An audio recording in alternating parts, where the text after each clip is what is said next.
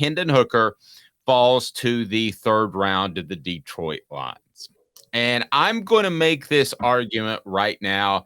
Caleb, I haven't heard from you over the weekend about it. You may think I'm crazy. The response on Twitter was basically, you're crazy and good argument, but you're still kind of crazy. So maybe I'm crazy. Here is what I would do if I were Hendon Hooker and his family. We share the same last name, no relation, but if he were my son, I would sit down and say, son, gosh, that sounded a little like Bill Cosby. But anyway, son. Bill Cosby and Hookers. Okay, sorry. That's a combination. Pretend I didn't even say that name. I detest that name and that person. Okay, so I would say, son, here you are with an ACL injury. You say you're going to be 100% in August, but let's be honest. It wouldn't hurt to have a little more time. I know that it's a 9-month recovery, but ACLs used to be a year. So a year's not going to hurt. There's a chance you're going to sit in Detroit anyway. Now, if you didn't check out offthehooksports.com over the weekend, I wrote that, hey, there's this guy named Calvin Johnson who might have been the best receiver in the history of man, but we'll never know because he played for the Detroit Lions. You got Barry Sanders, who might be the best running back in the history of man, but he's not held up to that regard because he played for the Detroit Lions. We have the argument of Gale Sayers, Emmitt Smith. We have the argument of a ton of other guys. But if Barry Sanders played behind the Dallas Cowboys offensive line instead of the Detroit Lions offensive line, there's a darn good chance that he would be the all-time leading rusher, and he would have been even for the Lions. So, Caleb, I said to myself, what would you do? I'd sit out a year, reclassify, go back into the draft. I know it sounds insane, but I'd rather go to a good franchise in the 4th, 5th round in 2024 than to go to the Detroit Lions, who haven't won a championship since the 50s, who are only one of 4 teams, and 2 are expansion teams that played in the Super Bowl. 4 teams have not played in the Super Bowl in the NFL. I'd reclassify and go in next year's draft, which is going to be deep in quarterbacks. I get all that. I know all the facts. I believe I do. Caleb oftentimes will enlighten me to things I'm not aware of. I'm not going to the Detroit Lions. Call me crazy, but I'm taking a year. I'm going to work on my game, and I'm going to see where the chips fall next year. Because in my opinion, the chips can't fall any worse than the Detroit Lions. Caleb, am I insane? I don't think you're insane. I think you're a little incomplete. Okay. I can be fair on this. You're looking at a Detroit Lions franchise that they drafted Calvin Johnson in 2007, I believe. They drafted Barry Sanders in, 1989, 1990, around them. You're looking at them under the time when they were run. So that, for those who don't know, they've been run by the Ford family since the 1960s. Right. You're looking at the period when they were run by William Clay Ford Sr., who owned the team from 1964 to 2013 when he passed away. He was the standard of incompetence and patheticness and everything bad. I mean, this is the guy that, when he was owning Detroit, Ford started making all the cars that ran their company nearly into the ground in 2008. To their credit, they didn't take any bailout money. But I would say that the Ford family, it depends. They now have Sheila Ford Ham running the show. She took over in 2020.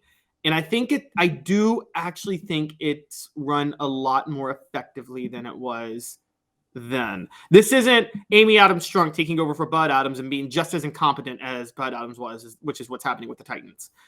I actually think that the Dan Campbell hire was good. They were 9-8 last year. I think we're looking at a different type of franchise now. Okay. So it's one of 2 things or somewhere in the middle. It's Dan Snyder taking over the Redskins, which we would have said the Redskins will be great under Dan Snyder because he spends a lot of money when he bought the team. Now we know that was a complete disaster. Jerry Jones, on the flip side, we thought this guy just fired Tom Landry. He is a complete loser. They go on to win 3 Super Bowls. Or it's somewhere in between, likely somewhere in between. It's not a disaster. It's not going to turn out to where Hendon Hooker probably wins 3 Super Bowls, but it's probably somewhere in between. And you bring up the last 3 years since they've been run by somebody not named Ford. I get that. No, Caleb it's still Giroux, Ford, just a different Ford. right? Caleb Giroux, he brought up over the weekend that the Detroit Lions were better last year. But here's where you guys are missing it, and I love you.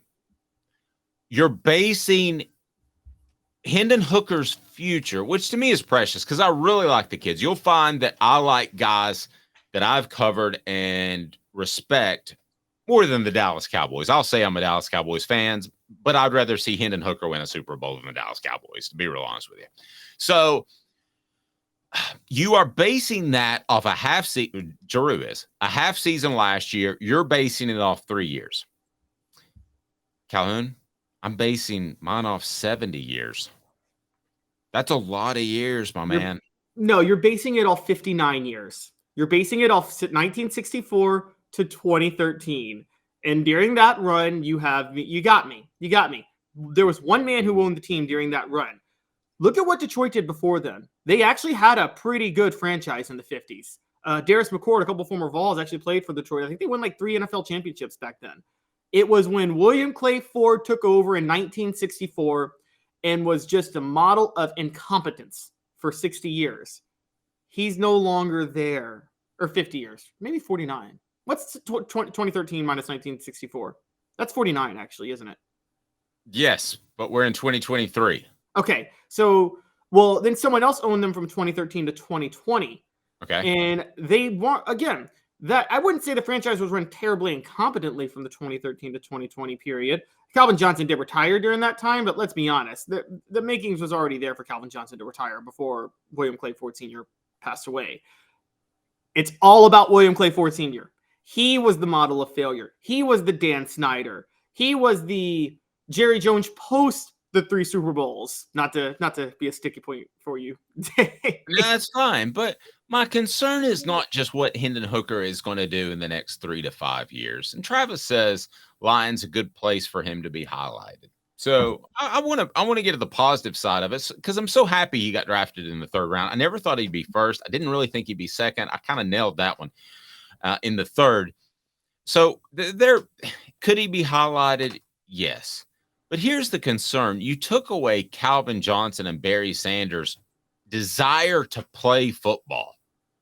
And that is not just kind of stumbling through like some other programs did. That is a program that is a franchise that is so bad that guys quit in the middle of their Hall of Fame career. That's my concern, is that it takes away Hendon Hooker's love for the game. It's not just that they might not make the playoffs for 5 years. It's much more than that, Caleb. And that's my biggest concern for one of the finest young men that's played football for Tennessee in my lifetime. Yeah, but there are franchises that have driven people into early retirement, but still also produce Hall of Fame careers. I mean, in a reverse, look at the Colts. The Colts forced Andrew Luck into early retirement in his prime, but Peyton Manning had a Hall of Fame career with them at the same time. Now, I know Hendon Hooker's not Peyton Manning. I don't think anybody expects him to be Peyton Manning. But, Dave, in 2 years, he might be the best quarterback in the NFC North. Look who's in the North right now. Who's in Chicago? Who's in Minnesota? Justin Fields. Yeah. I mean, yeah. I mean, I get it. I'm basing it off history, Caleb, and they've been a bunch of losers. And I know what I'm saying. I know what I'm saying is very drastic. Okay. And I get that, but I don't think it's completely bizarro. Eli Manning and John Elway had more leverage, but they forced their way to another team. The only thing that scares me about my idea, Caleb, is that Hendon Hooker, as viewed by the NFL, is not an elite NFL talent. Or he would go in the first 10 picks of the draft, right? He's not. We may differ. You may differ. But right now, they don't view him as an elite NFL talent. Elway and Manning had more leverage. I doubt that. I think the biggest pitfall in my idea, I'm going to poke at my own idea, is that Hendon Hooker could get blackballed from the NFL. I think that happened to a large extent for way different reasons for Colin Kaepernick.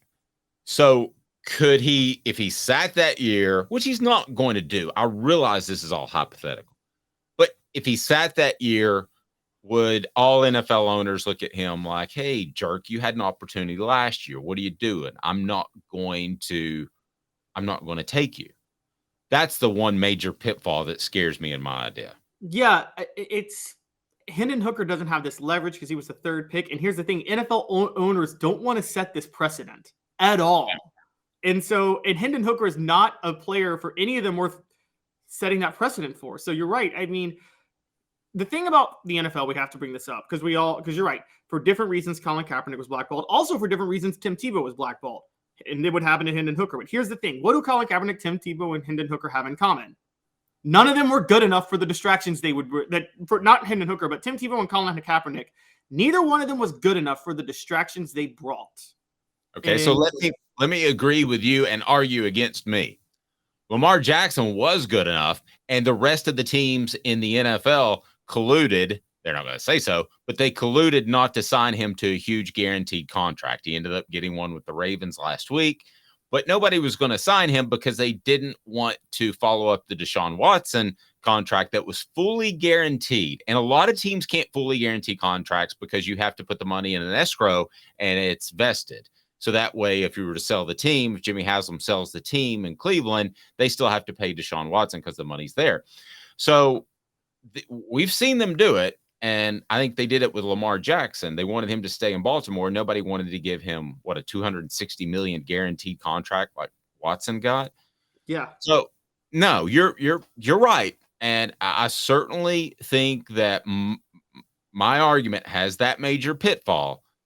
But I think it's at least worth thinking about in the immediate hours or two after the draft.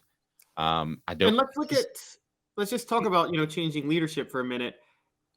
Let's take Tennessee, for example. Big Jim kind of moves a bit to the back. Jimmy Haslam becomes to the forefront as the main booster for Tennessee. And look what happens to the program. Tennessee fans finally revolt. Jimmy Haslam is he's a booster, so he's not forced out, but they've basically taken power back from him over the last 2 years. And hey, look at that. Football's finding success again.